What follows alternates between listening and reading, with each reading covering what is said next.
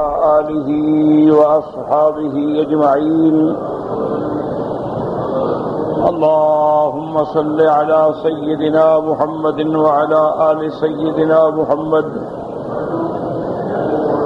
کما صلیت علی ابراہیم وعلی آل ابراہیم فی العالمین انک حمید مجید اعوذ باللہ من الشیطان الرجیم بسم اللہ الرحمن الرحیم ولا تجادلوا أهل الكتاب إلا بالتي هي أحسن إلا الذين ظلموا منهم وقولوا آمنا بالذي أنزل إلينا وأنزل إليكم وإلهنا وإلهكم واحد ونحن له مسلمون. قال المؤلف والمفسر رحمه الله تعالى أدام النفع بعلومه وعلومكم في الدارين آمين إلى أن قال وقوله تعالى إلا الذين ظلموا منهم أي حادوا عن وجه الحق وعبوا عن واضح المحجة وآندوا وكابروا فحينئذ ينتقل من الجدال إلى الجراد ويقاتلون بما يمنعهم ويردعهم. قال الله عز وجل لقد أرسلنا رسلنا بالبينات وأنزلنا معهم الكتاب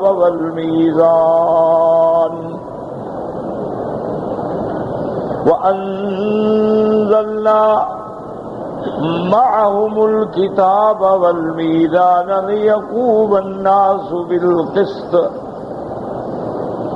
وأنزلنا الحديد فيه بأس شديد إلى قوله إن الله قوي عزيز. اب مفسر رحمت اللہ علیہ سورۃ العنکبوت کی ان آیات کی تفسیر میں ارشاد فرماتے ہیں کہ اللہ تبارک و تعالی نے ہمیں دین اسلام کو پہنچانے، سکھانے، سمجھانے کے لیے تعلیمات دی ہیں.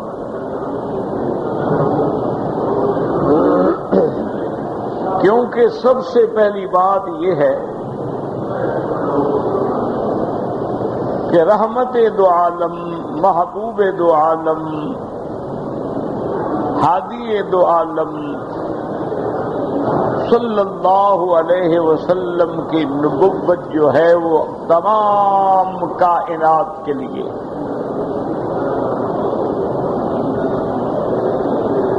یعنی یہ امتیاز ہے، یہ خصائص ہیں. بات کو اصل سے سمجھیں. اللہ نے ہر نبی کو اپنی قوم کی طرف بھیجا. وَلِكُلِّ قَوْمٍ هَادٍ. اسی طرح اللہ نے فرمایا کہ وَمَا أَرْسَلْنَا مِن رَّسُولٍ إِلَّا بِلِسَانِ قَوْمِهِ. ہم نے کوئی ایسا رسول نہیں بھیجا مگر اس کی قوم اور اس کی قوم کی لغت جاننے والا، سمجھانے والا.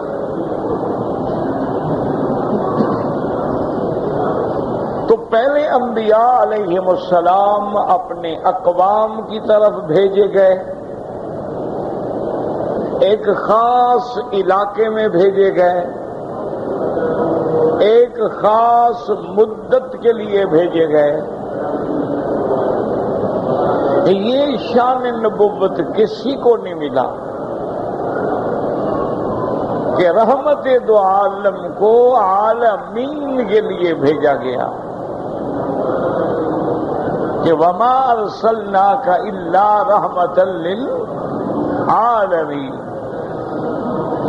اب عالمین میں تمام عالم، کیا معنی ہے کہ حضور کی نبوت جو ہے وہ رحمت ہے تمام عالمین کے لیے. تو عالم انس ہیں، ان کے لیے بھی رحمت،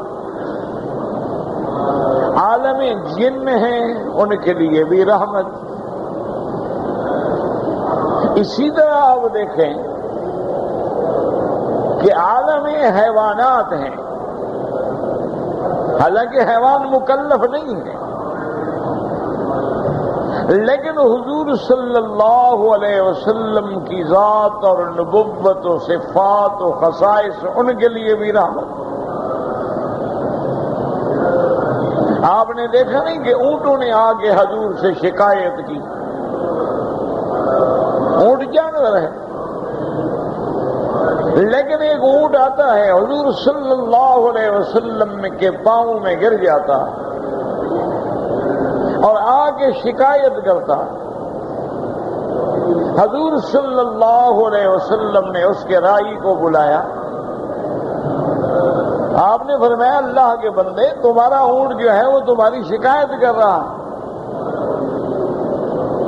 کہ کام زیادہ لیتا ہے لیکن میری خوراک کا خیال نہیں کرتا. آئندہ خبردار کوتاہی نہ کرنا.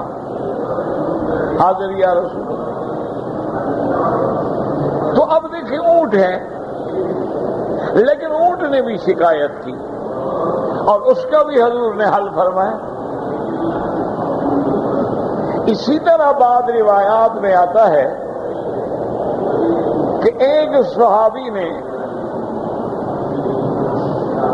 رحمت دو عالم کی خدمت میں آ کے عرض کیا کہ یا رسول اللہ، میرے اونٹ جو ہیں نا وہ مست ہو گئے ہیں.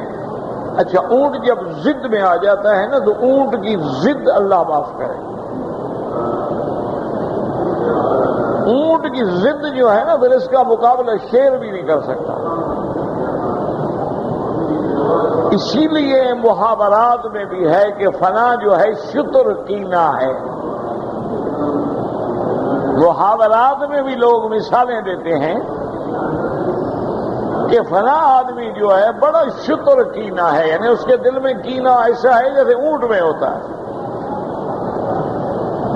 اونٹ میں ایسا کینا ہوتا ہے کہ اگر آپ اس کو بلا وجہ ماریں، تکلیف پہنچائیں، تو یہ اپنے دشمن کو نہیں بھولتا ہے، یاد رکھتا ہے. سال ہر سال کے بعد بھی موقع ملے اسی دشمن کی گردن پکڑتا.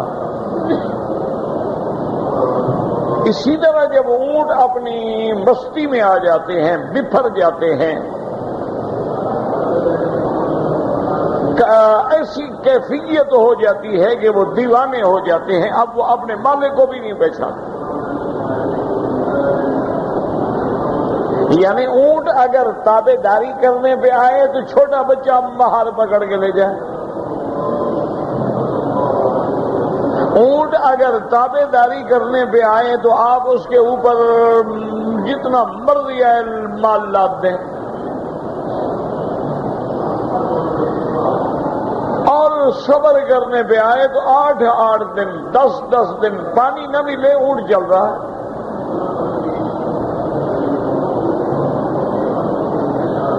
لیکن جب یہ ضد پہ آ جائے، کینے پہ آ جائے، اپنے اناد پہ آ جائے، پھر اس کا قابو کرنا جو ہے بڑا مشکل. تو ایک صحابی ہے، انہوں نے کہا رسول اللہ میرے تو اونٹ مست ہو گئے، میں نے اس کا باڑا جو ہے وہاں دروازے بند کر کے باہر کھڑے ہوئے ہیں، اب تو آپ جا ہی نہیں سکتے. حضور صلی اللہ علیہ وسلم نے فرمایا کہ چلو دکھاؤ. حضور صلی اللہ حضور کو کیا ضرورت ہے، فرماتے بھی اونٹ کا اگر کچھ ہو گیا ہے تو جاؤ کسی کو کہو، کسی سے علاج کراؤ. لیکن سراپا رحمت ہے کہ بندے کو بھی تکلیف ہے، اونٹوں کو بھی تکلیف ہے. وہ جو بگڑے ہوئے ہیں تو کوئی بات تو ہے. موقع پہ تشریف لائے، حضور نے فرمایا کھول دو دروازہ۔ یا رسول اللہ میں کیسے کھول دو دروازہ؟ یا رسول اللہ صلی اللہ علیہ وسلم اونٹ بگڑے ہوئے ہیں حضور، کہیں آپ کو تکلیف نہ ہو۔ اور فرمایا میں نے کہا کھول دو دروازہ۔ اس آدمی نے دروازہ کھولا اور کہتا ہے کہ جب حضور اندر گئے تو اونٹ آگے حضور کے پاؤں میں گر گیا، ساری مستی ختم ہو، سارا غصہ جاتا رہا کہ بس اب تو رحمت آ گئی۔ حضور نے فرمایا کہ بھی اپنے مالک کو تنگ نہ کرنا آئندہ، اور کہہ کے حضور چلے آئے۔ فرمایا جاؤ اپنے اونٹوں سے کام لو، اب تمہیں تنگ نہیں کریں گے۔ تو حضور جو ہیں وہ رحمت للعالمین، حضور صلی اللہ علیہ وسلم کو جانوروں کا فکر ہے، حضور صلی اللہ علیہ وسلم کے ساتھ پہاڑ پیار کرتے ہیں، پتھر پیار کرتے ہیں، ورنہ پتھر کا کیا کام؟ بھائی پتھر نے کوئی انسان تو نہیں کلمہ پڑھنا ہے، لیکن حضور صلی اللہ علیہ وسلم صحیح حدیث مبارک ہے، آپ نے فرمایا انی لعارف حجرا بمکہ، میں آج بھی مکے میں اس پتھر کو پہچانتا ہوں، یسلم علی قبل ان بعثت، ابھی مجھے نبوت بھی نہیں ملی تھی، میں جب گزرتا تو کہتا السلام علیکم یا رسول اللہ۔ اب پتھر کا کیا کام؟ اسی طرح صحیح حدیثوں میں ہے رحمت دو عالم صلی اللہ علیہ وسلم جب سفر سے تشریف لے آتے، دور سے جبل احد پہ نظر پڑتی تو اپنی اونٹنی مبارک کو اپنی ایڑیوں سے چلاتے، تیز کرتے اور فرماتے حل حل کسوا، چلو چلو جلدی کرو، ھذا جبل یحبنا ونحبہ، یہ وہ پہاڑ ہے جس کو ہم محبوب رکھتے ہیں۔ چلو ہم تو کسی پہاڑ سے محبت کر سکتے ہیں، ہم تو کسی درخت سے محبت کر سکتے ہیں، ہم تو کسی پھول سے محبت کر سکتے ہیں۔ بعض لوگوں کو گلاب پسند ہے، بعض کو چمیلی پسند ہے، بعض کو نرگس پسند ہے،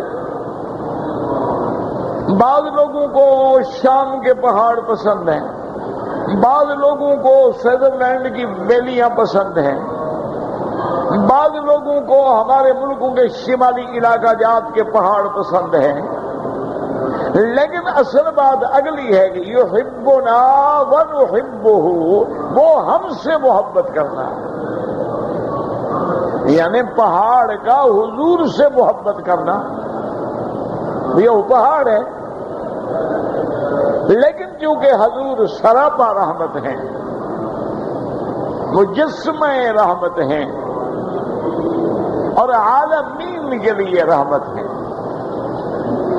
اسی لیے آپ نے فرمایا تھا نا، حدیث مبارک میں آتا ہے، اور آج ہم حدیث مبارک کو پڑھ کے گزر جاتے ہیں لیکن اس میں غور نہیں کرتے۔ دنیا کے معاملات میں ہم بڑا غور کرتے ہیں، اگر ہم نے کوئی چیز خریدنی ہو تو بڑا غور کرتے ہیں، مشینری خریدنی ہو بڑا غور کرتے ہیں، دکان کرائے پہ لینی ہو تو 10 بندوں سے پوچھتے ہیں یار مناسب ہے نہیں ہے، موقع ہے نہیں ہے، چلے گا نہیں ہے۔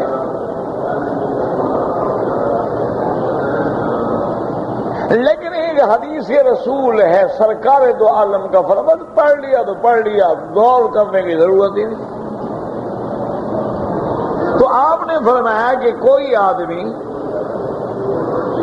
اگر اپنے انسانی ضرورت کے لیے بول و براز کے لیے صحرا میں جاتا ہے، پہاڑوں میں جاتا ہے، وادیوں میں جاتا ہے، بعض گھروں میں جاتا ہے، تو فرمایا دیکھو ہڈی سے اور کسی جانور کے گوبر سے استنجا نہ کیا کرو۔ آپ نے فرمایا ہڈی ہو تو آدمی دیکھتا ہے نا کوئی پتھر نہیں، ڈھیلا نہیں، یار ہڈی پڑی ہے، چلو اسی سے صاف کر لوں بدن. پر میں ہڈی سے اور گوبر سے، جیسے گائے کا گوبر ہے، بھینس کا گوبر ہے، جو اپلے بناتے ہیں آپ جلاتے ہیں، اس سے استنجا نہ کیا کرو. تو بعض مفہوم یہ سمجھا گیا کہ بھئی ہڈی ہے، ممکن ہے کہیں لگ کے زخم نہ کر دے، اور یہ گوبر ہے، یہ استنجا کرتے ہوئے ٹوٹ پھوٹ جائے گا، ڈھیلا تو ہے نہیں کہ مضبوط رہے گا، بدن کی صفائی ہوگی. لیکن آگے میرے محبوب نے وضاحت کر دی، فرمایا ذات اخوانکم الجن، یہ دونوں چیزیں جو ہیں تمہارے جنات بھائیوں کے غذا ہیں، وہ کھاتے ہیں، تو ان کی غذا کو گندا نہ کیا کرو، ان کی غذا کو پلید نہ کیا کرو، خراب نہ کیا کرو. اور بعض روایات ہمیں یہ بھی بتاتی ہیں کہ جب ہم گوشت کھا لیتے ہیں، ہڈی پھینک دیتے ہیں، جنات جب اٹھاتے ہیں ان کے لیے اللہ اور گوشت پیدا کر دیتے ہیں.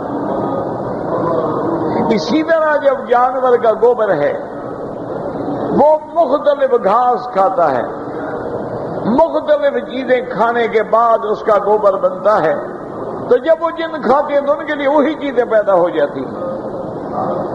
تو حضور کو جنوں کا بھی خیال ہے کہ جن بھوکے نہ رہ جائیں.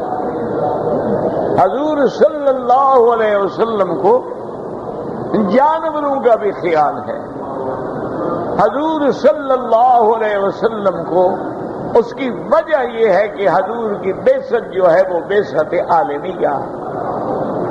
اب جب حضور سارے عالم کے لیے آئے تو صرف عرب کے لیے تو نہیں آئے، آپ صرف اپنی قوم قریش کے لیے تو نہیں آئے، آپ صرف مکہ والوں کے لیے تو نہیں آئے، آپ نے پورے عالم کو اپنا پیغام رسالت دینا ہے، اپنا پیغام نبوت پہنچانا ہے. تو اس میں مکے والے بھی ہیں، قریش بھی ہیں، حذیل بھی ہیں، بنو ثقیف بھی ہیں، اوس بھی ہیں، خزرج بھی ہیں، اہل کتاب بھی ہیں، یہود و نصارہ بھی ہیں، مجوس بھی ہیں، تمام دنیا کے لوگ ہیں. تو اس لیے حضور کو خصوصی طور پہ ہدایات دی گئیں کہ آپ اپنی امت کو بھی بتلا دیں کہ جب کسی کو دین کی دعوت دینی ہو تو دعوت دینے کا ایک طریقہ ہوتا ہے، دعوت دینے کا ایک انداز ہوتا ہے.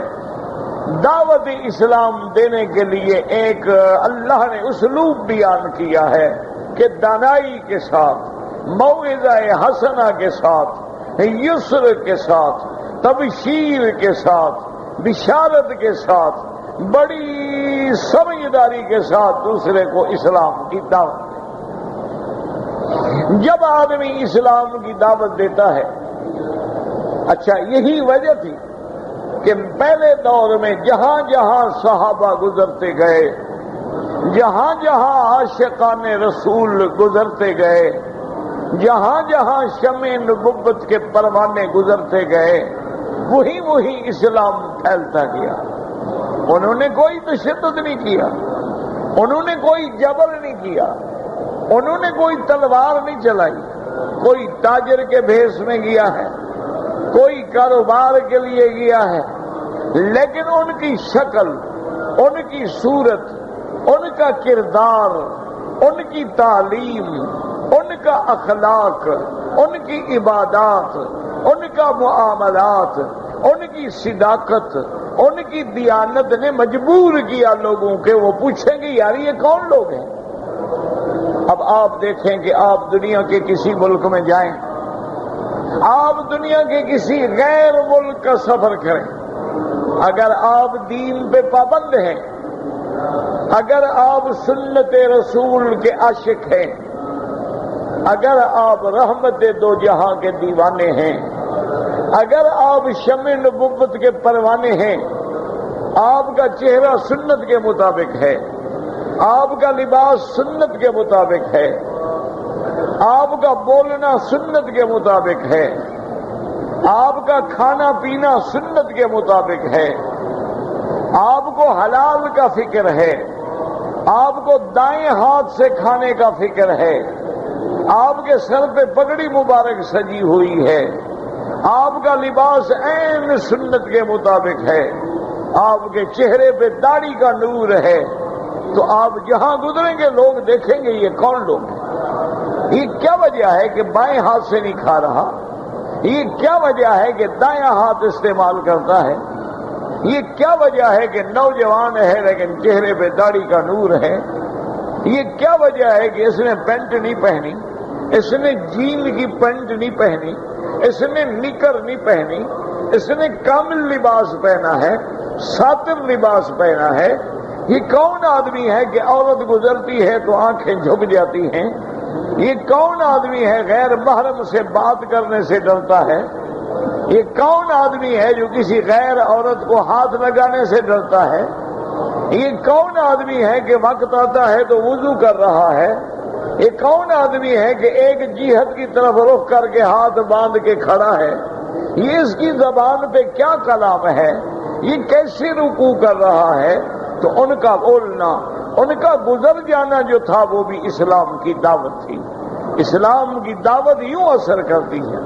میرے عزیز بھائیوں، عزیز نوجوانوں، اگر آپ نے بھی سوٹ پہن لیا، اگر آپ نے بھی گلے میں باقاعدہ ٹائی لگا لی، اگر آپ نے بھی انگریزی بال کٹوا لیے، اگر آپ نے بھی شیو کر لیا، اگر آپ نے بھی شراب پینی شروع کر دی، اگر آپ نے بھی جوا کھیلنا شروع کر دیا، اگر آپ نے بھی سود کھانا شروع کر دیا، اگر آپ نے بھی کافروں والی شکلیں بنا لی، تو کوئی کون جانے گا کہ یہ کون ہے؟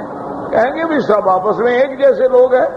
لیکن جب اسلامی شکل نظر آئے، اسلامی صورت نظر آئے، اسلامی حیت نظر آئے، تو دوسرے آدمی کا بھی فکر ہوتا ہے۔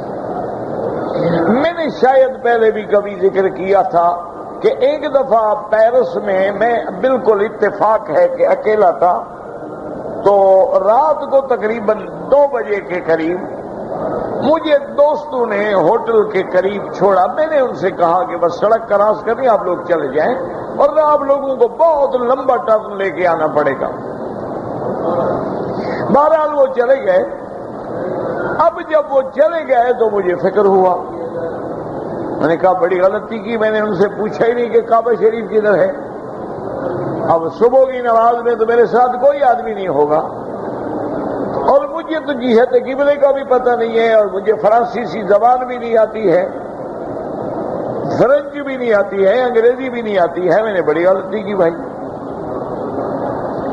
اور دوسری بات یہ ہے کہ مجھے یہاں کے اوقات صلاۃ کا بھی پتہ نہیں کہ صبح کی نماز کب ہوگی، اور سارے دن کا سفر ہے، اور رات کے 2 بج گئے ہیں، تھکے ہوئے ہیں، جب سوئیں گے تو اللہ عالم کیا ہوگا۔ میں یہی سوچتا ہوا آیا، اور ریسپشن پہ آ کے میں نے اپنے کمرے کی چابی مانگی، تو وہاں ریسپشن پہ جیسے عام رواج ہے ایک لڑکی بیٹھی تھی، اللہ عالم اس نے کیا پہنا تھا یا کیا نہیں پہنا تھا۔ میں تو ویسے وہ نظریں جھکا کے کھڑا ہو گیا، میرے بس اور تو کوئی بس نہیں تھا، یہی تھا کہ میں اپنی آنکھیں نیچے کر لوں۔ میں نے اسے روم بتایا، اس نے دیکھا ہوگا، اس نے مجھے چابی دے دی۔ میں نے کہا اب اس کو اس حال میں کیا بات کروں۔ پھر میں نے سوچا کہ چلو کمرے میں جانے کے بعد اسے فون پہ، ٹیلی فون پہ کوئی تھوڑا بہت بات کرتا ہوں، کوشش کرتا ہوں۔ تو ٹیلی فون پہ میں نے اس سے کہا کہ بھئی ایک تو مجھے مکہ، اب میں کعبہ کہتا قبلہ کہتا، وہ تو سمجھتی نا بیچاری۔ میں نے کہا بھی مجھے مکہ کی ڈائریکشن چاہیے کہ مکہ کس طرف ہے، تو صاف بات ہے جدھر مکہ ہے کعبہ ادھر ہی ہے، تو میرا مسئلہ حل ہو جا سکتا۔ اور دوسرا میں نے کہا what is the prior time, صبح کی نماز کا وقت کیا ہے، یہاں کب پڑھی جاتی ہے۔ تو اس نے میری بات سنی اور کہا کہ please wait, can you give me 5 minutes, 5 minute مجھے دے سکتے ہو؟ کہا اوکے، بند کر دیا۔ ٹھیک 5 منٹ کے بعد اس نے ٹیلی فون کیا کہ میں نے فلاں اسلامی مرکز سے رابطہ کیا ہے اور ان کا یہ ٹیلی فون نمبر ہے، آپ کے کمرے کا جو دروازہ ہے، جب دروازے کی طرف آپ رخ کریں گے تو ٹھیک مکے کی طرف آپ کا رخ ہوگا، اور نماز کا ٹائم جو ہے وہ 4:30 بجے ہے۔ اور یہ ہے کہ اگر آپ چاہیں تو میں آپ کو 4:30 بجے کال کر دوں گی، ٹیلی فون کر دوں گی جگانے کے لیے، تاکہ آپ نماز پڑھ سکیں۔ میں نے کہا بڑی مہربانی۔ تو اس نے ٹھیک 4:30 بجے کال کی کہ آپ کا نماز کا وقت ہو گیا ہے، آپ کو مکہ ڈائریکشن یاد ہوگی، دروازے کی طرف ہے، اور میں آپ کے لیے مصلی بھیج رہی ہوں، اور اس کے بعد اگر آپ مائنڈ نہ کریں تو آپ کے لیے میں چائے یا کافی یا کیا آپ پسند کریں گے وہ بھیج دوں۔ میں کہا جو مرضی ہے تم بھیج دو۔ انہوں نے تھوڑی دیر کے بعد مصلی بھیجا، مصلی این پیک شدہ ماشاءاللہ، یعنی بالکل میں نے کھولا اس کو، اور بڑا صاف دھلا ہوا اور صاف مصلی۔ میں نے وضو کیا، مصلی ڈالا، نماز پڑھی الحمدللہ، اور اتنی دیر میں اس نے بڑی اچھی چائے بنا کے مجھے بھیجی، اور ساتھ کہا کہ میں ریکویسٹ کرتی ہوں کہ میرے لیے دعا کریں۔ میں نے کہا اچھا کیا دعا کروں؟ انہوں نے کہا جو مرضی آئے دعا کریں۔ میں نے کہا بہرحال میں تو یہ دعا کروں گا کہ خدا تجھے اسلام نصیب کر دے، اللہ تمہیں جہنم سے بچا لے۔ انہوں نے کہا اگر آپ یہ سمجھتے ہیں میرے لیے بہتری ہے تو بالکل کریں۔ تو پھر میں نے اسلامک سینٹر کو فون کیا، انہوں نے کہا بالکل ٹھیک کعبہ بتایا ہے، ہم سے پوچھا تھا، ہم نے انہیں بتایا ہے، اور آپ کہاں ہیں؟ میں نے کہا فلاں، انہوں نے کہا تو پھر ہم آتے ہیں آپ کو لینے کے لیے، آپ ناشتہ ہمارے ساتھ کر لیں، اور ہم بھی کچھ 10 منٹ درس سے مستفید ہو جائیں گے تو بڑی احسان ہوگا آپ کا۔ میں نے کہا احسان کیا ہے بھائی، اللہ اس سے محروم نہ کرے، یہ اللہ پاک نے اگر توفیق دی ہے تو یہ بھی تو اس کا کرم ہے۔ تو میرے کہنے کا مقصد یہ تھا کہ اگر آپ بات کریں اللہ عالم وہ لڑکی یہودی تھی، اللہ عالم وہ پارسی تھی، اللہ عالم وہ عیسائی تھی، لیکن اس کو احساس ہو گیا کہ ایک آدمی نے نماز پڑھنی اور اس کو اپنی نماز کا فکر ہے، اس نے سارا اہتمام کیا مصلی کا، قبلے کا، ٹائم کا، اور صرف اہتمام نہیں، پھر اسی ٹائم پہ مجھے کال کی کہ آپ کی نماز کا ٹائم ہو گیا ہے، کہیں ایسا نہ ہو کہ میں تھکا ہوا ہوں، 3 بجے تو میں سو رہا ہوں، 4:30 بجے کیسے اٹھوں گا؟ تو اللہ تبارک و تعالیٰ، تو یہ وجہ تھی اسلام کے پھیلنے کی کہ صحابہ جب کسی سے تجارت کرتے تھے وہ حیران ہوتے تھے کہ یہ کون لوگ ہیں کہ جھوٹ نہیں بولتے، یہ کون لوگ ہیں کمیشن نہیں مانگتے، یہ کون لوگ ہیں جو کوکو بیگ نہیں مانگتے، یہ کون لوگ ہیں جو دھوکہ دینا نہیں چاہتے، یہ کیسے لوگ ہیں؟ تو پھر ان سے وہ پوچھتے کہ بھی آپ ایسا کیوں نہیں کرتے ہیں؟ جیسا کہ تاریخی واقعہ ہے کہ حضرت عبد القادر جیلانی رحمت اللہ علیہ ابھی بچے تھے، پڑھنے کے لیے جا رہے تھے، تو راستے میں کچھ ڈاکوؤں نے پکڑ لیا، اور ان لوگوں کو بھی پکڑا، ان میں یہ بچے بھی پکڑے گئے، تو سب کی انہوں نے تلاشی لی، اور جو بھی سامان تھا وہ سارا لوٹ لیا۔ عبد القادر کی طرف کسی کا خیال بھی نہیں ہے، ابھی 9-10 سال کا بچہ ہے، قرآن شریف اس کی بغل میں ہے، اس کے پاس کیا ہوگا؟ لیکن ڈاکو کا سردار جو ہے اس کو خیال آ گیا، اس نے بلایا اور نے کہا تمہارے پاس کوئی پیسے ایسے ہیں، کچھ ہیں؟ انہوں نے کہا ہاں بالکل ہیں۔ انہوں نے کہا کہاں ہے؟ انہوں نے کہا یہ میرا جو فراش ہے نا، بستر ہے، یہ میری جو رلی ہے نیچے بچھانے کی، اس کے اندر سلے ہوئے ہیں۔ انہوں نے کہا کہ، انہوں نے کہا اماں نے سلا کے دے دیے تھے کہ تم ایک گنی نکال لیا کرو، جب ختم ہو جائے پھر ایک اور نکال لیا کرو۔ کتنا ہے؟ انہوں نے کہا 22 گنی ہیں، سونے کی گنیاں، اشرفیاں اس زمانے میں۔ انہوں نے کہا ابھی کیسے؟ نے کہا کہاں ہے؟ انہوں نے کہا یہ ہے۔ انہوں نے اس کو کھولا تو 22 کی 22 سونے کی گنیاں نکل آئیں۔ تو ڈاکوؤں کا سردار جو تھا وہ حیران ہوا، اس نے کہا بیٹا تمہاری طرف تو ہمارا خیال بھی نہیں جاتا تھا، کبھی ہم سوچ بھی نہیں سکتے تھے کہ اس بچے کے پاس پیسے ہوں گے، آپ نے جھوٹ بول لیتے، اپنے 22 اشرفیاں بچا لیتے، اب تمہاری پیسہ بھی گیا، دولت بھی گئی، کیا پڑھو گے، کہاں سے کھاؤ گے، کیا کرو گے؟ خود نے کہا میں نے جس کا قرآن پڑھنا ہے وہی انتظام کرے گا، باقی جھوٹ بولنے کی وجہ یہ ہے، مجھے اماں نے کہا تھا کہ عبد القادر جھوٹ کبھی نہیں بولنا، تو میری ماں کا فرمان ہے، مجھے یاد ہے، تو وہ سارے ڈاکو رونے لگ گئے. انہوں نے کہا اس بچے کو ماں کی بات یاد ہے، ہم خدا کو بھولے ہوئے ہیں. انہوں نے کہا ہم بھی توبہ کرتے ہیں، جہاں تم پڑھو گے ہم بھی چلتے ہیں پڑھنے کے لیے. سارے کے سارے ڈاکو جو تھے ڈاکے چھوڑ کے، چوریاں چھوڑ کے، اپنی زندگیاں بدل کے مسلمان بن گئے، اپنی زندگیاں بدل کے اللہ والوں میں آ گئے. وجہ کیا تھی کہ صرف ایک جھوٹ نہیں بولا. تو صرف جھوٹ نہ بولنے سے کتنے لوگوں کی زندگی جہنم سے بچ گئی، کتنے لوگوں کی زندگی گناہوں سے بچ گئی، ڈاکے سے بچ گئی. تو یہ بھی دعوت تھی کہ اسلام جہاں جہاں سے گزرتا گیا، جہاں جہاں سے رحمت دو عالم کے پروانے گزرتے گئے، اسلام پھیلتا چلا گیا. اور آج یہی وجہ ہے کہ آج ہم خود لوگوں کو تقریر کرتے ہیں، لیکن ہم خود لوگوں کی زکوٰۃ و صدقات کھاتے ہیں. ہم لوگوں کو تقریر کرتے ہیں لیکن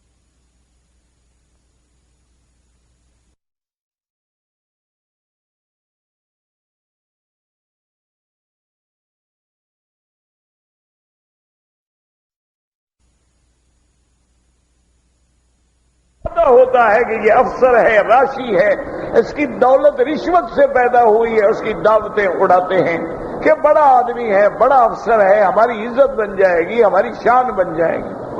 ہمیں پتہ ہوتا ہے کہ یہ وڈیرا ہے، یہ سردار ہے، یہ ظالم ہے، یہ جابر ہے. اس نے اپنے حاریوں کو تنگ کیا ہوا ہے، لڑکیاں اٹھائی، ہم پھر بھی جا کے ہیں، ملتے ہیں اور جناب ان کی دعوتیں اڑاتے ہیں. تو جب یہ عالم ہوگا تو ہماری بات سے کون ہدایت پائے گا؟ ہمارے عمل سے کون ہدایت پائے گا؟ ہمارے راستے پہ کون چلنے کے لیے تیار ہوگا؟ یہی وجہ ہے کہ آج جو کافر مسلمان ہوتے ہیں وہ کہتے ہیں اسلام لانے کے بعد جب ہم نے مسلمانوں کو دیکھا ہے ہم عذاب میں مبتلا ہو گئے ہیں کہ اسلام کیا کہتا ہے اور یہ کیا کر رہے ہیں. ہم جب ان کو دیکھتے ہیں کہ قرآن کہتا ہے زنا نہ کرو، یہ زنا میں پڑے ہوئے ہیں. قرآن کہتا ہے چوری نہ کرو، یہ چوری کے ماہر ہو گئے ہیں. اگلے دن میں اخبار میں دیکھ رہا تھا، نوجوان بچہ ہے، اربوں پتی باپ باپ کا بیٹا ہے، ڈاکے مارتا ہے. یعنی آپ اندازہ اس کے ماں باپ اربوں پتی ہیں، کروڑوں پتی نہیں، ارب پتی ہیں، لیکن وہ نوجوان بچہ جو ہے وہ ڈاکے مار رہا ہے. وجہ کیا ہے کہ غلط صحبت، غلط فلمیں دیکھنے کے بعد شوق ہوتا ہے کہ فلموں میں ڈاکو کی کیسی زندگی ہے، ڈاکو کس طرح کارروائی کرتے ہیں، ڈاکو کس طرح گاڑیاں چھینتے ہیں، ڈاکو کس طرح موبائل فون چراتے ہیں، ڈاکو کس طرح دوسرے کے گھروں کے اندر کے حال معلوم کرتے ہیں. صرف اس شوق کو پورا کرنے کے لیے وہ ڈکیٹیاں کرتا ہے، وہ چوریاں کرتا ہے، گروپ بنائے ہوئے ہیں، مافیے بن گئے ہیں. تو جب ہمارا یہ کردار ہوگا ہمیں دیکھ کے کون مسلمان؟ اسی طرح اللہ نے حکم دیا کہ میرے محبوب کہ جب بھی کسی کو دعوت دیں تو حکمت کے ساتھ دیں، جب بھی کسی کو دعوت دیں تو دانائی کے ساتھ دیں. یعنی آپ کو میں دعوے سے چیلنج کرتا ہوں کہ میرے آقا نے رحمت دو عالم نے اپنی زبان سے تو کبھی ابو جہل کو بھی گالی نہیں دی. میرے آقا نے اپنی زبان سے کبھی ابھی لہب کو بھی گالی نہیں دی. میرے آقا نے اپنی ذات کا بدلہ کبھی دشمنوں سے نہیں لیا ہے. اللہ کے نبی کے راستے میں کانٹے بچھائے گئے ہیں، پتھر برسائے گئے ہیں، آپ کے پاؤں زخمی کیے گئے ہیں، پاؤں خون سے بھر گئے ہیں، آپ کے دندان مبارک شہید ہو گئے ہیں، آپ کے چہرے مبارک پہ زخم لگے ہوئے ہیں، اور آپ دعائیں کر رہے ہیں اللہم اہد قومی فإنہم لا یعلمون. میرا اللہ میری قوم کو ہدایت دے، میرا اللہ میری امت کو ہدایت دے. میرا اللہ یہ تیرے نبی کے مقام کو نہیں پہچانتے ہیں، میرا اللہ یہ تیرے نبی کی عظمت کو نہیں جانتے ہیں. ان کی ہدایت کا فیصلہ فرما، اپنی رحمت کا فیصلہ فرما. یعنی آپ حیران ہوتے ہیں کہ اللہ اپنے نبی کو فرماتے ہیں کہ میرے محبوب آپ ان کے لیے اپنی جان نکالنا چاہتے ہیں، اگر یہ اسلام نہیں لاتے فَلَعَلَّكَ بَاخِعٌ نَفْسَكَ، آپ اپنے نفس کو ہلاکت میں ڈال رہے ہیں کیونکہ یہ ایمان نہیں لے آ رہے ہیں۔ آپ کا کام ہے کہ دعوت کر دی، آپ کا کام ہے کہ دین پہنچا دیا۔ اب جن کے مقدر میں ہدایت ہے ملے گی، اور جن کے مقدر میں ہدایت نہیں ہے وہ نہیں ملے گی۔ تو ایک ہوتا ہے مکالمہ، اچھا ایک ہوتا ہے مناظرہ، ایک ہوتا ہے پھر اس سے آگے ذرا بات بڑھ جاتی ہے، مجادلے تک آ جاتی ہے۔ ورنہ بظاہر تو جدال ایک جھگڑے کا نام ہے، کیونکہ جب کسی بات پہ ایک دوسرے پر اعتراض کیا جائے تو گویا یہ بھی تو ایک جھگڑا ہے۔ اس لیے قرآن کہتا ہے قد سمع اللہ قول التی تجادلک فی زوجہا، قد سمع اللہ قول التی تجادلک فی زوجہا وتشتکی الی اللہ۔ اللہ نے فرمایا میرا مدنی رحمت دو عالم صلی اللہ علیہ وسلم، اللہ نے سن لی ہے بات جو اپنے خامد کے مسئلے پہ آپ سے جھگڑ رہی تھی۔ تجادلک فی زوجہا وتشتکی الی اللہ واللہ یسمع تحاورکما ان اللہ سمیع بصیر۔ اللہ نے فرمایا اللہ نے سن لی ہے وہ گفتگو، اللہ نے سن لی ہے وہ سرگوشیاں، اللہ نے سن لیا ہے بی بی کا جھگڑنا، اللہ نے سن لیا ہے اس کی خامد کی شکایت کرنا۔ اب اللہ پاک نے اس کے مسئلے کو حل کر دیا ہے کفارے سے۔ تو تجادلک یجادلون، اسی طرح آیا ولا تجادلوا اہل الکتاب الا بالتی ہی احسن۔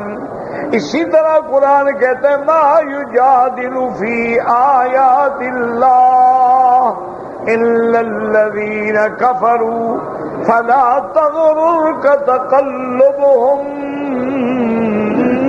فی البلاد۔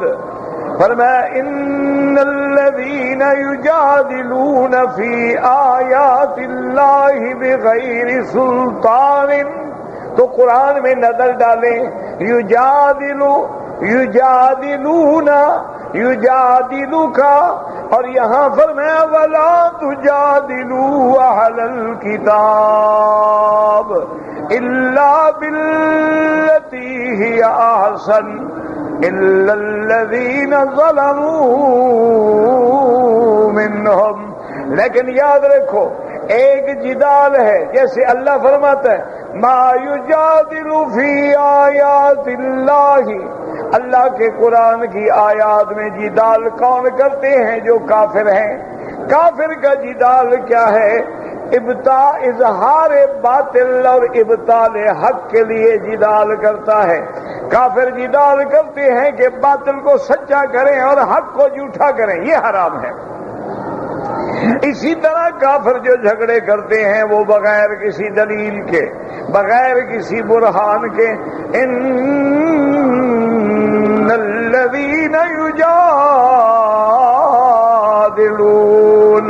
یجادلون فی آیات اللہ بغیر سلطان اتاہم۔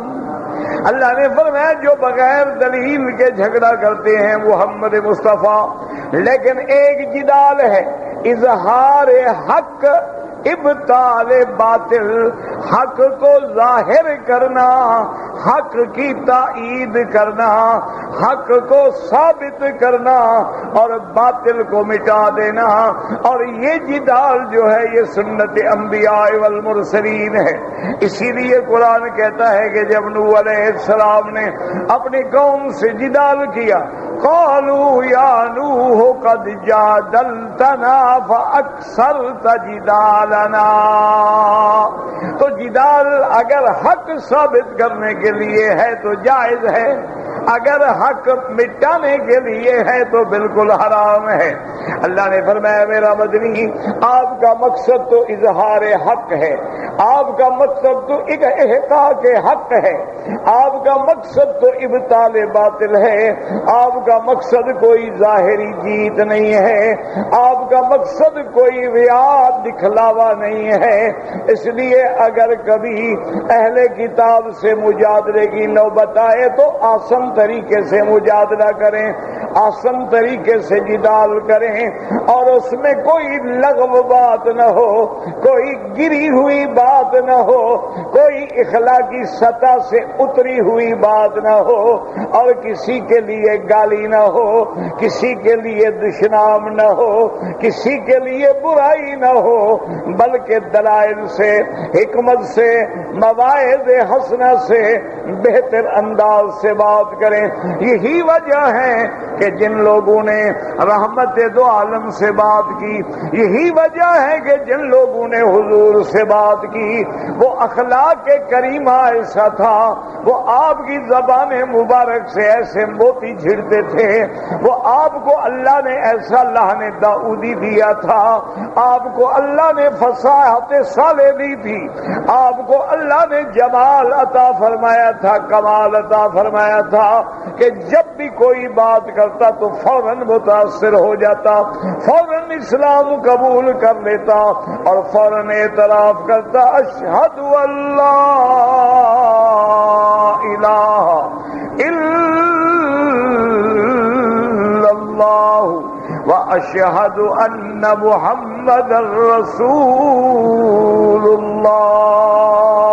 ہاں اب جناب آپ نے یہ پڑھ لیا کہ اگر مجادلہ ہو تو آسان انداز میں ہو، ہاں مگر وہ کافر الا الذین ظلموا منہم، مگر وہ لوگ جنہوں نے اپنے جانوں پہ ظلم کیا، جو حق کے راستے سے ہٹ گئے، جو حق کے مقابلے پہ آ گئے، جو ہر حال میں نعوذ باللہ ما سوا سخت بات کے نرم بات کرنا نہیں چاہتے ہیں، وہاں آپ کو بھی اجازت ہے کہ آپ سخت جواب دے سکتے ہیں، آپ بھی سخت بات کر سکتے ہیں، لیکن ساتھ یہ بھی فرما دیں، آگے اللہ انداز بتلاتے ہیں کہ میرے محبوب آپ ان کو یہ بتلائیں کہ ہمارا اللہ کے قرآن پہ بھی ایمان ہے، اللہ نے جو کتابیں پہلے اتاری ان پہ بھی ایمان ہے، اللہ کی وحدانیت پہ بھی ایمان ہے، اللہ کی الوہیت پہ بھی ایمان ہے، اور ہم یہ آپ کو بتا دیں، آپ مانیں یا نہ مانیں، آپ ہماری بات سنیں یا نہ سنیں، ہم تو اسلام لانے والے ہیں، ہم تو ایمان لانے والے ہیں، ہم اللہ کے رسول کے فرمان کے تابع ہیں۔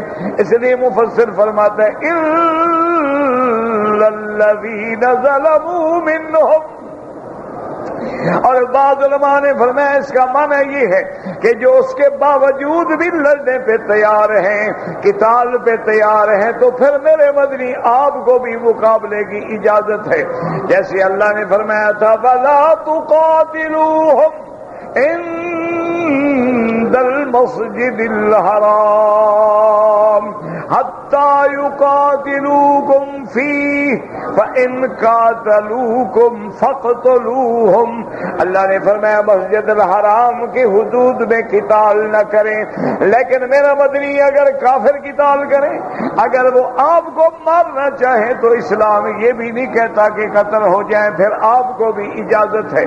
اس لیے فرماتے ہیں الا الذین ظلموا منہم، جو پھر بھی نہ مانے، قرآن کو بھی نہ مانے، آپ کی نبوت کو بھی نہ مانے، آپ کی رسالت کو بھی نہ مانے، آپ سے پھر بھی لڑنے کے لیے تیار ہوں، تو اب آپ کو بھی جہاد کی اجازت ہے۔ تو یہ انداز ہے، کیونکہ میرے مدنی نے پورے عالم کو دعوت دینی ہے، پورے عالم کو پیغام دینا ہے، اور مقابلے پہ کبھی یہود آئے گا، کبھی نصرانی آئے گا۔ حضور کے بعد دیکھیں کہ علماء کے سامنے کبھی مشرک آئے، کبھی مجوسی آئے، کبھی سورج کے پجاری آئے، کبھی بتوں کے پجاری آئے، کبھی ہندو آئے، کبھی سکھ آئے، کبھی دہریہ آئے، کبھی شیوعین آئے، کبھی منکرین قرآن آئے، کبھی منکرین حدیث آئے، لیکن علماء نے سنت رسول کو اور ہدایت ربانی کو لازم رکھا۔ اللہ ہمیں بھی اس پہ چلنے کی توفیق دے۔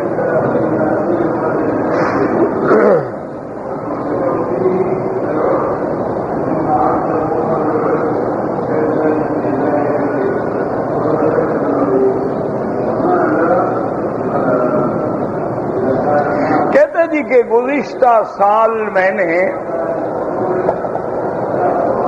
حج تو کر لیا تھا، لیکن حج کی صفا مروہ نہیں دوڑا، میں طائف چلا گیا اور ابھی تک نہیں کیا۔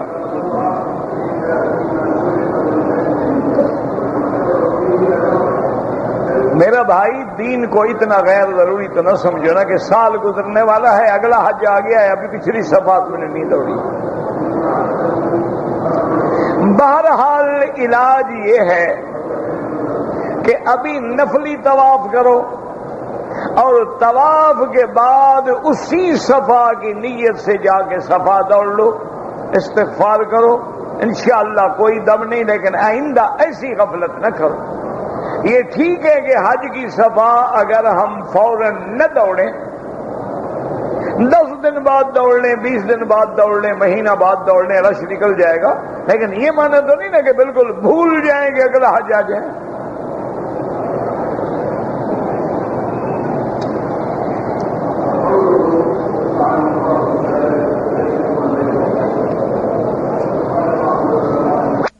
میں نے اس سال حج کرنے کا پروگرام ہے۔ 7 ذی الحجہ کو میں طائف ڈپٹی پہ جاؤں گا، اور مجھے 7 ذی الحجہ کو ہی بغیر احرام کے مکے میں داخل ہونا ہے۔ کیوں؟ ڈپٹی آپ کی ختم ہو گئی، پھر بغیر احرام کے کیوں داخل ہونا؟ بہرحال آپ کے لیے اب 2 راستے ہیں، یا تو احرام کی چادریں ساتھ لے جائیں اور وہیں سے جب واپس آئیں طائف سے ڈپٹی 7 کو ختم ہو جائے، وہیں سے حج افراد کا احرام باندھ کے آ جائیں، احرام میں رہیں، طواف کریں، صفا مروہ دوڑیں، پھر مینا جائیں، لیکن احرام نہیں کھولیں۔ اور اگر آپ کی کوئی ڈپٹی میں مجبوری ہے کہ آپ نے جانا بھی ہے اور واپس مکے میں آ کے رپورٹ کرنی ہے، تو آپ مکے میں آ جائیں اور پھر 8 تاریخ کو مکہ مکرمہ سے اپنے گھر سے غسل کر کے نیت کر کے احرام باندھ کے مینا چلے جائیں۔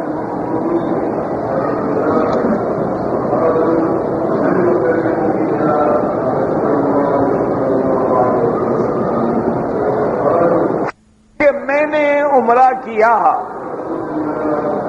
عصر کی نماز کے بعد، میں نے 2 رکعت طواف ادا نہیں کی، صفا مروہ دوڑا، سر کے بال کٹوانے کے بعد نماز مغرب ادا کی اور بعد میں 2 رکعت پڑھی۔ بالکل ٹھیک ہے، کوئی بنا نہیں، کوئی مسئلہ نہیں، آپ نے ٹھیک کیا۔ چونکہ بعض ائمہ کے نزدیک عصر کی نماز کے بعد 2 رکعت نہیں پڑھنی چاہیے، تو اگر آپ نے مغرب کے بعد پڑھی ہے تو کوئی بات نہیں، اچھا کیا۔ کہتے جی کہ اگر زمزم کو ہم چائے میں ڈال دیں یا کھانے میں ڈال دیں تو زمزم کے پانی کو آگ پہ پکانا چڑھانا جائز ہے، بالکل جائز ہے، کوئی منع نہیں۔ یہ تو صرف علماء کے نزدیک آداب ہیں کہ آپ جب دوسرا پانی موجود ہے تو اس پانی کو ہم دوسرے کاموں میں کیوں لگائیں، ورنہ تو پانی ہے زمزم۔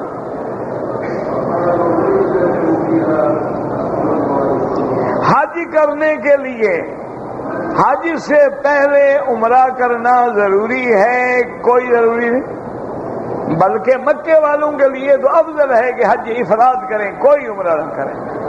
ہاں، جن لوگوں نے حج کے مہینوں میں شوال میں، ذی القعدہ میں، ذی الحجہ میں میقات سے عمرہ کیا، ان کا حج تمتع ہوگا، ان کو حج کی بکری دینی ہوگی۔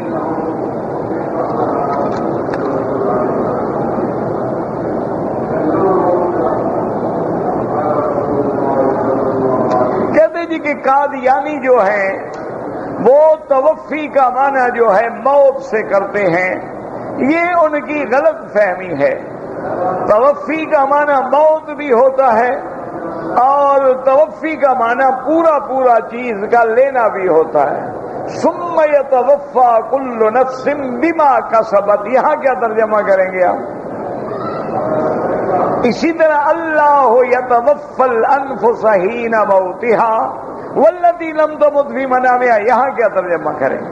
تو بہرحال ہم تو قائل ہیں کہ عیسیٰ علیہ السلام کو زندہ اٹھایا گیا، آپ اتریں گے اور پھر اس کے بعد آپ پہ موت بھی آئے گی۔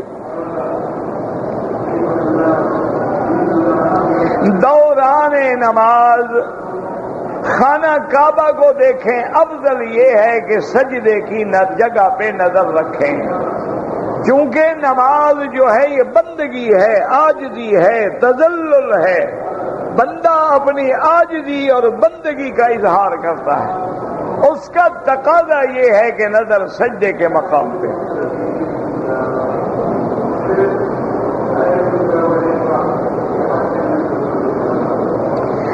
اگر فرض نماز فجر کی کھڑی ہو جائے اور ہم بعد میں آئیں تو اب آپ سنتیں نہ پڑھیں، نماز میں مل جائیں۔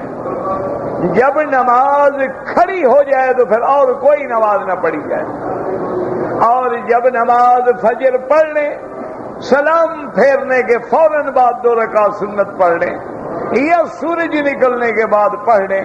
آپ نے مسجد میں بیٹھنا ہے، آپ نے اشراق پڑھ کے جانا ہے، تو افضل یہ ہے کہ سورج نکلنے کے بعد پڑھ لیں، اور اگر آپ نے نماز پڑھ کے جلدی جلدی نکل جانا ہے تو یہ سنتیں نہ رہ جائیں، نماز کے فوراً بعد بھی پڑھ سکتے ہیں۔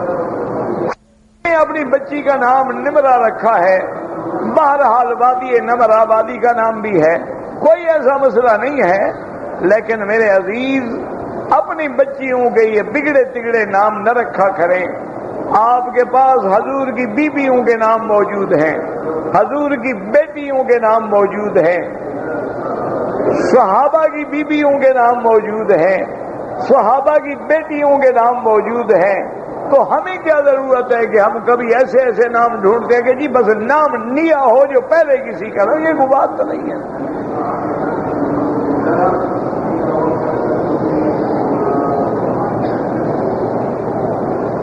میرا ایک دوست ہے، اس کے لیے اگر میں طواف کروں، آپ اپنے لیے طواف کریں، اس کے لیے طواف کے بعد دعا کیا کریں۔ کہتے کہ میری والدہ فوت ہو گئی ہے اور میں اپنی والدہ کا حج کرنا چاہتا ہوں، اگر آپ اپنا حج پہلے کر چکے ہیں تو اب اپنی والدہ کا حج بدل کریں، ورنہ پہلے اپنا حج کریں اور پھر والدہ یا والد کے لیے حج بدل کریں۔ اگر کوئی آدمی زمزم کا پانی جو ہے اپنی شرمگاہ پہ علاج کے لیے لگائے، کوئی حرج نہیں، کوئی بات نہیں۔ اگر غسل کرو گے تو ہر جگہ زمزم کا پانی لگے گا کہ نہیں لگے گا؟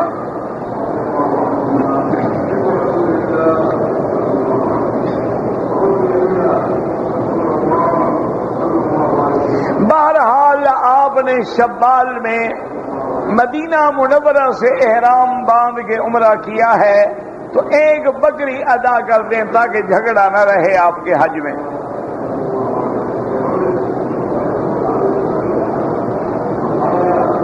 کہتے جی کہ زمزم سے اگر ہم وضو کریں کوئی حرج نہیں، لیکن ایک بات یاد رکھو، یہ بڑی بے ادبی ہے کہ مسجد کے اندر ٹونٹیوں پہ کھڑے وضو کر رہے ہو، مسجد کے اندر بھی وضو ہوتا ہے؟ کم از کم کچھ تو آداب کا خیال ہو۔ حکومت نے لگایا پینے کے لیے، تم کھڑے وضو کر رہے ہو، انہوں نے وضو کے لیے لگانے ہوتے تو اونچے لگاتے کہ کسی کا پاؤں نہ پہنچے۔ کچھ تو عقل کرے نا آدمی۔ ہاں ایک ہوتا ہے کہ ایام حج ہے، رش ہے، پھنس گیا ہے، باہر جائے گا، نماز نہیں ملے گی، چلو مجبوری ہے۔ اب یہ تو نہیں نا کہ روزانہ چلو جی حرم کے اندر وضو کر لیں گے۔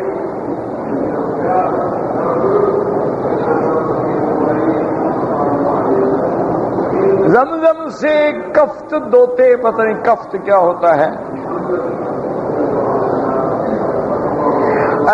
تشہد کی حالت میں اشہد اللہ الہ الا اللہ، مانا غیر اللہ کی نفی اور اللہ کا اثبات۔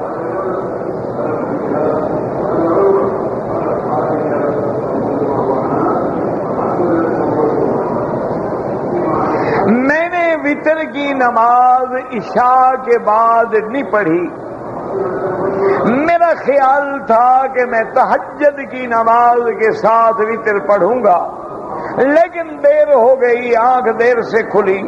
بہرحال جن لوگوں کو تہجد میں اٹھنے کا یقین نہ ہو وہ عشاء کے بعد وتر پڑھ لیا کریں۔ اللہ نے اٹھا دیا تو تہجد پڑھ لینا، اگر خدا نہ خواستہ نہ اٹھے تو وتر تو نہ جائے نا۔ وتر پڑھنا ضروری ہے، اور امام ابو حنیفہ رحمت اللہ علیہ کے نزدیک واجب ہے، لہذا ہر حال میں وتر پڑھا کریں، اور اگر رہ گئے ہیں تو قضا پڑھیں۔ کافر جو ہیں اس دنیا میں، کیا وہ بھی حضور کے امتی ہیں؟ بالکل امتی ہیں، لیکن امت میں دو قسم ہوتے ہیں، ایک امت دعوت ہے اور ایک امت اجابت ہے۔ جنہوں نے مان لیا ہے وہ امت اجابت ہے، جنہوں نے نہیں مانا ہے اور تو کوئی نبی نہیں وہ بھی امتی ہے، لیکن وہ نافرمان امتی ہیں۔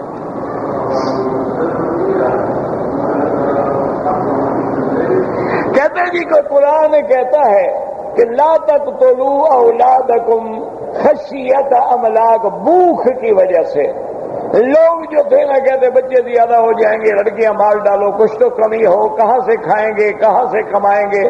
جیسے آج جاہل لوگ ہیں، بچوں کا کھانا نہیں تھا، ریزی نہیں تھے، میں نے خودکشی کر لی، تو خودکشی کرنے سے بچوں کو کھانا مل گیا، یا بچوں کو بھی ناجائز قتل کر دیا تو اب ہمیشہ کے لیے جہنم لے لی تم نے۔ یہ کون سا علاج ہے؟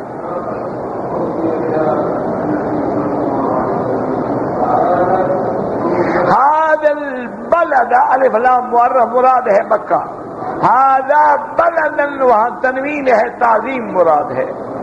جہاں الف لام ہو تو معرف بالالف لام ہوتا ہے، اور جہاں تنوین ہو وہاں عظمت مراد ہوتی ہے۔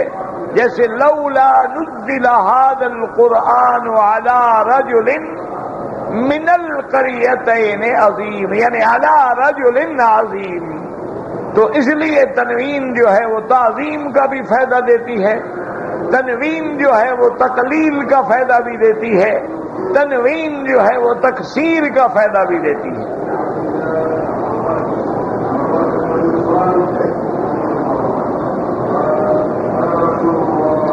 ہمارے ایک جوان بھائی نے اپنی بیوی کو ایک طلاق دی ہے، ٹھیک ہے طلاق ہو گئی، اگر عدت کے اندر رجوع کر لے، رجوع کا معنی ہوتا ہے دو گواہوں کے سامنے کہہ دے کہ میں نے بیوی سے رجوع کیا، جا کے بیوی کو منا لے، بیوی کے ساتھ لیٹ جائے، رجوع ہو گیا۔ لیکن ایک طلاق جو دے چکے ہو، اب خیال کرنا، اب اگر اور دو گے پھر دو ہو جائیں گے، تو اس لیے بہرحال ایک طلاق کے بعد تم رجوع کر سکتے ہو، اور رجوع کر لینا بہتر ہے، اور آئندہ جو ہے طلاق دینے سے بچا کریں۔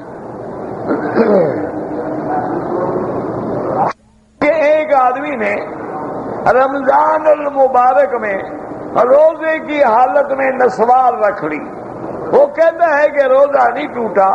اب یہ بات وہی بتائے گا کہ نسوار کا کچھ حصہ مادہ اندر گیا کہ نہیں گیا، اگر کیا تو روزہ ٹوٹ گیا، نہیں کیا روزہ تو نہیں ٹوٹا، لیکن روزہ رکھنے کا منع کیا ہوتا ہے کہ نسوار کھایا کرو۔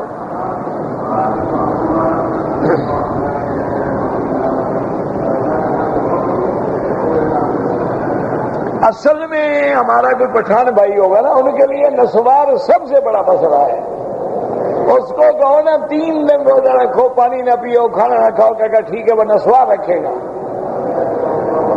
بہرحال جب روزہ رکھیں تو ہر مکروہ چیز سے بچیں، ہر بری چیز سے بچیں۔ اللہ کا قول فرماتی فرماتی فرماتی فرماتی فرماتی فرماتی فرماتی فرماتی فرماتی فرماتی فرماتی فرماتی فرماتی